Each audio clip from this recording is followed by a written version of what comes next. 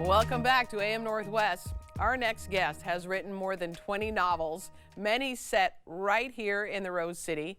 His newest legal thriller, False Witness, is being hailed as a mystery full of suspense, false leads, and misdirection. Here to share more, we welcome back best-selling author and former criminal defense attorney, Phillip Margolin. Good to have you back. And now this is number 28? Yep. Number 28. And 29's in New York being edited, and I'm 400 pages into 30. Oh my gosh. So I'll be able, I was saying, you'll be able to stay employed. Keep my job for a couple more years. You have me on every year. Yeah. Because this is the same time next year. You're on here every year for your new book, whatever your new book is. And I appreciate it. Okay, tell me about your protagonist. Her name is Karen Wyatt. Yeah, Karen is really interesting. She won a case by showing that there was corruption in the DA's office and in the police. And in revenge, somebody engineered a conspiracy where they planted cocaine in her house, and she was convicted, sentenced to prison for 10 years, disbarred.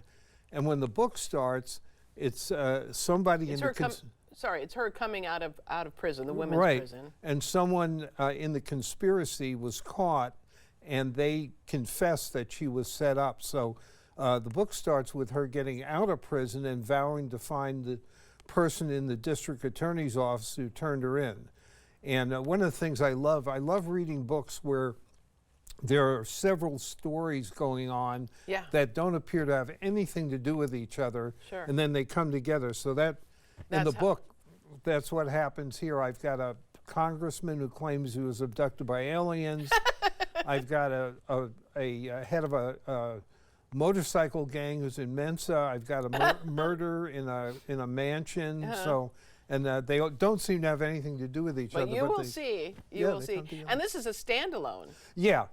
I wrote about 7 of the Robin Lockwoods, and then my publisher said I should take a break. So Insignificant Case, my last one, and this one are standalones. They're not part of a series. I love, too, how you focus on women protagonists. I mean, is that your audience, and you know that? Or No, there's a funny story behind that. My first wife, Doreen, passed away in 2007, and she was a lawyer. And when my first book was published, Heartstone, the editor at Pocketbooks asked me if I wanted to write a series with a woman lawyer, and this is back in the 70s. Yeah. They said, oh, I can't do that. How would I write a woman? Yeah. So then I had a 12-year break, and when I wrote my first bestseller, Gone But Not Forgotten, I was going to have a male. But for various reasons, it turned out I had to have a female, and I was terrified. How could I do it? And I thought, well, who's the toughest guy I know? And I said, oh, it's my wife, Doreen. My wife. So I just imagined her in every scene, and it got me over my fear of women. That's so great, because really, it's like you don't have to really think about someone's gender when you're writing them in this kind of a situation. Well, I've been lucky. I've had 2 wives, and they've both been really tough women and really strong women. So I've got good role models for the books. I love it. I love it. And you do set many of them in the Portland area. And I'm curious, like for instance, when Karen, that's her name, right? She comes out of the Coffee Creek Correctional Facility for Women. Did you make a visit there? When you use a location, do you go and visit the place to kind of get an idea? Sometimes, actually, the reason I do this is because I'm lazy. So if I set the things in Omaha, Nebraska, I'd actually have to go there. But oh, good point. Okay. So I remember when I was doing a scene in The Associate, what would I do? And I had my law office. It was right on downtown opposite Pioneer Square. I said, I'll have the hero and the heroine meet at the Starbucks there. So just had to look out the window and see what it was like. Yeah, right down there. So it does all the script. No, I love Portland, and it's a great city, so why not set the books here? So you didn't really need to visit the correctional center then? It was interesting. They wouldn't let me. I have, I had never been there.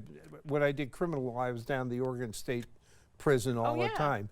But I asked if I could go down, but then I just went on the internet and was able to find out what stuff looked like. Yeah.